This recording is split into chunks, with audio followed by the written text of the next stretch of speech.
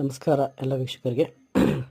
ಈ ಒಂದು ವಿಡಿಯೋದಲ್ಲಿ ನಾನು ಶಿಕ್ಷಕರಿಗೆ ಒಂದು 7 ನಿಮಿಷದಲ್ಲಿ ಯಾವುದೇ ಥರದ ಕ್ವೆಶ್ಚನ್ ಪೇಪರನ್ನು ಈಸಿಯಾಗಿ ಯಾವ ರೀತಿ ಮಾಡಬಹುದು ಅಂತ ನಿಮಗೆ ಒಂದು ವಿಡಿಯೋದಲ್ಲಿ ತಿಳಿಸ್ತೇನೆ. ಮೊದಲಲ್ಲಿ ಗೂಗಲಲ್ಲಿ ಹೋಗಿ ನೋಟ್ಬುಕ್ LM ಅಂತ ಟೈಪ್ ಮಾಡಿ, ಅದರಲ್ಲಿ ಫಸ್ಟ್ ಲಿಂಕನ್ನು ಕ್ಲಿಕ್ ಮಾಡಿ. ಸೊ ಈ ಒಂದು ವೆಬ್ ಸರ್ಚ್ ಮಾಡೋಕ್ಕಿಂತ ಮುಂಚೆಗೆ ನೀವು LBA ಅಥವಾ ಯಾವುದಾದ್ರೂ ಕ್ವೆಶ್ಚನ್ ಪೇಪರ್ PDF ಆಲ್ರೆಡಿ ನೀವು ಡೌನ್ಲೋಡ್ ಮಾಡಿ ಇಟ್ಕೊಂಡು ನೆಕ್ಸ್ಟು ಟ್ರೈ ನೋಟ್ಬುಕ್ ಕ್ಲಿಕ್ ಮಾಡಿ. ಅದಾದ ನಂತರ ಕ್ರಿಯೇಟ್ ಅನ್ನೋದನ್ನು ಕ್ಲಿಕ್ ಮಾಡಿ. ಅಲ್ಲಿ ಅಪ್ಲೋಡ್ ಸೋರ್ಸ್ ಅಂತಿದೆಯಲ್ಲ, ಸೊ ಅಪ್ಲೋಡ್ ಸೋರ್ಸ್ ಮೇಲೆ ಕ್ಲಿಕ್ ಮಾಡಿ.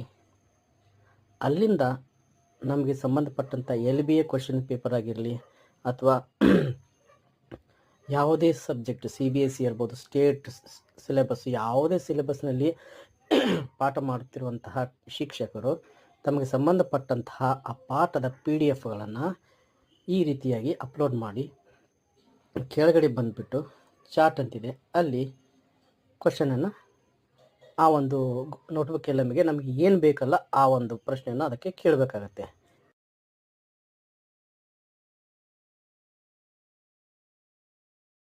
ಸೆವೆಂತ್ ಸ್ಟ್ಯಾಂಡರ್ಡ್ನ ಒಂದು ವಿಜ್ಞಾನದ ಕಲಿಕಾ ಫಲಗಳ ಮೇಲೆ ಇರುವಂತಹ ಮೌಲ್ಯಾಂಕನಕ್ಕೆ ಸಂಬಂಧಪಟ್ಟಂತಹ ಪ್ರಶ್ನೆಗಳು.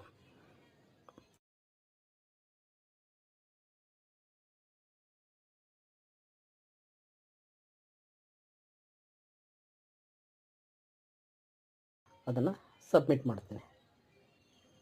ಸಬ್ಮಿಟ್ ಮಾಡಿ 2 ನಿಮಿಷದಲ್ಲಿ ಈ ಒಂದು ಗೂಗಲ್ ನೋಟ್ಬುಕ್ LM ಅನ್ನುವ ಒಂದು AI ಟೂಲ್ ಆ ಒಂದು ಮೌಲ್ಯಾಂಕನದ LBA ಮೇಲಿರುವಂತಹ ಎಲ್ಲ ಪ್ರಶ್ನೆಗಳನ್ನು ನೋಡಿ.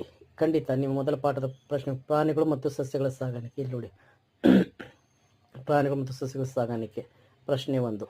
ಇವೆಲ್ಲ ಪ್ರಶ್ನೆಗಳನ್ನು ಅದು LBA ಆಧಾರದ ಮೇಲೆ ಕ್ವೆಶ್ಚನ್ ಪೇಪರ್ನ ಅದು ಫ್ರೇಮ್ ಮಾಡುತ್ತೆ. ನೋಡಿ, ಎಲ್ಲ ರೀತಿಯ ಕ್ವೆಶ್ಚನ್ಗಳು ಫ್ರೇಮ್ ಆಗಿವೆ. ಈ ರೀತಿಯಾಗಿ ಶಿಕ್ಷಕರು ತಮ್ಮ ಕ್ವೆಶ್ಚನ್ ಪೇಪರ್ಗಳನ್ನು LBA ಯೂನಿಟ್ ಟೆಸ್ಟ್ಗಳನ್ನು ಈಸಿಯಾಗಿ 7 ನಿಮಿಷದಲ್ಲಿ ನಾವು ಕ್ವೆಶ್ಚನ್ ಪೇಪರ್ನ ರೆಡಿ ಮಾಡ್ಬೋದು. ಹೆಚ್ಚಿನ ಮಾಹಿತಿಗಾಗಿ ವಿಡಿಯೋನ ಶೇರ್ ಮತ್ತು ಸಬ್ಸ್ಕ್ರೈಬ್ ಮಾಡಿ.